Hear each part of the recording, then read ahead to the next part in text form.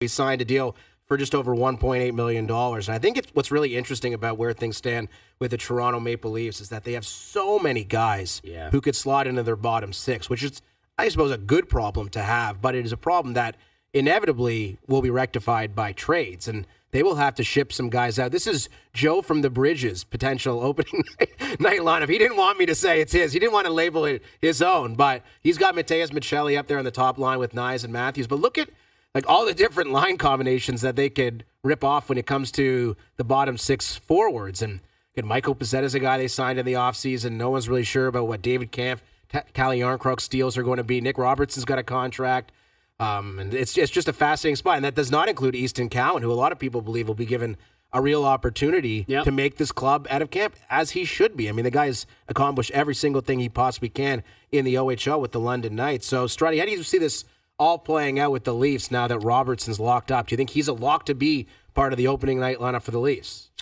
I look at the fourth and fifth line, I guess, and I'm looking at it's an opportunity for everyone to make a statement in training camp. And just because you don't start the season doesn't mean that you can't change and get going. People make too big a deal, I think, of the opening night roster because it changes right away. But if I'm, Nick Robertson or Callie, I think Lawton probably has that spot locked up. These other guys, you have to come in and have to just bully your way every practice to make a statement that I am the guy. I'm the one you should be playing. And you might get setback because they're going to give everyone a chance, but you have to keep pushing. And I've been in that situation many, many, many times. So I know what I'm talking about. You can't be deterred by the way other guys are playing. But I think for Nick Robertson, it's year in, year out. He's the guy kind of on the sideline. So he has to, at some point, put his foot down and say, I am the guy. Yeah, I wonder if he's on the team opening night. I'm very skeptical. It just seems like it's time. He's been healthy so many times, and I know every time he comes back, he scores a goal. And that's a funny novelty that we make jokes about. He gets scratched, he scores. He gets scratched, he scores. But this guy needs another opportunity. It's not happening with the Leafs. Look at the way that they've conducted their offseason. They're bringing in big boys on the wings. And Nick Robertson, I just don't feel like he's a fit. It doesn't make sense. He doesn't fit the identity of what they want to do in the bottom six. Yeah, but I would also say what they've done. Sorry to interrupt. For $1.8 million, the guy scored 15 goals. You want to keep him around. You don't want to just cut him. But you need something commensurate with that value. Which, if it was out there, I'm sure that trade would have came to fruition by now, realistically. I'm surprised. There's some teams that definitely should give him a chance. He's only 23 years old. 23, yeah. He's still relatively young and has a chance to grow into, goal scoring, 15 to 20 goal guy. I still think it's here in Toronto. Just because of the identity of the bottom six, he doesn't fit that. And I think you pretty much know what your top six is going to look like. Sure, he can fill in every now and then. Injuries are going to occur, and he'll probably get an opportunity to play up the lineup. But realistically, I look at it, I'm thinking, if everyone's healthy on game one of the playoffs, he's not going to make the lineup. It's been 3 years in a row where this guy is sitting up in the press box for the playoffs. And it's not that I think he's a bad player, but I look at him like, why are you paying someone $1.8 million if you're already projecting him as a press box body? I'll say this. I think that he could get traded for a player in a similar situation, another organization. Agreed. Right? Kind of on that second, third contract, not 30 years old, but maybe someone who was drafted by the team hasn't worked out yet.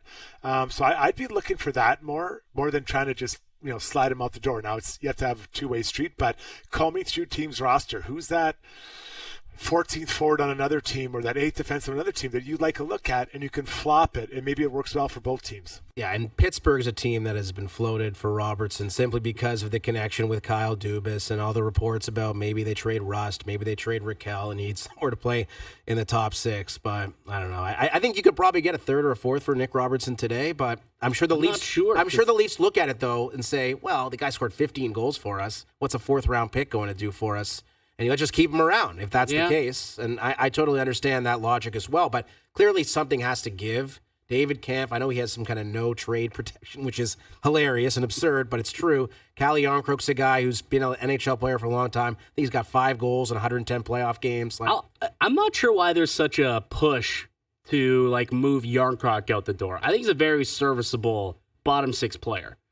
For me, I think you look at what he did in the playoffs, and that line that Joe from the Bridge had projected of Lawton, Lorentz, and Yarncroke, they were pretty solid in the postseason.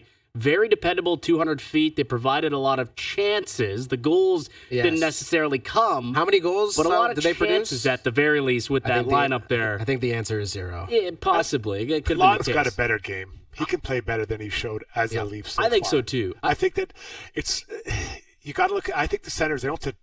It's not bad unfair. You don't have to carry the line, but you at least got to push it a little bit and set an identity for the line. Yeah. And what I saw from Lon, he just wasn't there. And it's a lot coming home to play, and you get him trade, all that stuff. But I would think that he's a guy they're really counting on to take a pretty good step towards being what he is more consistently.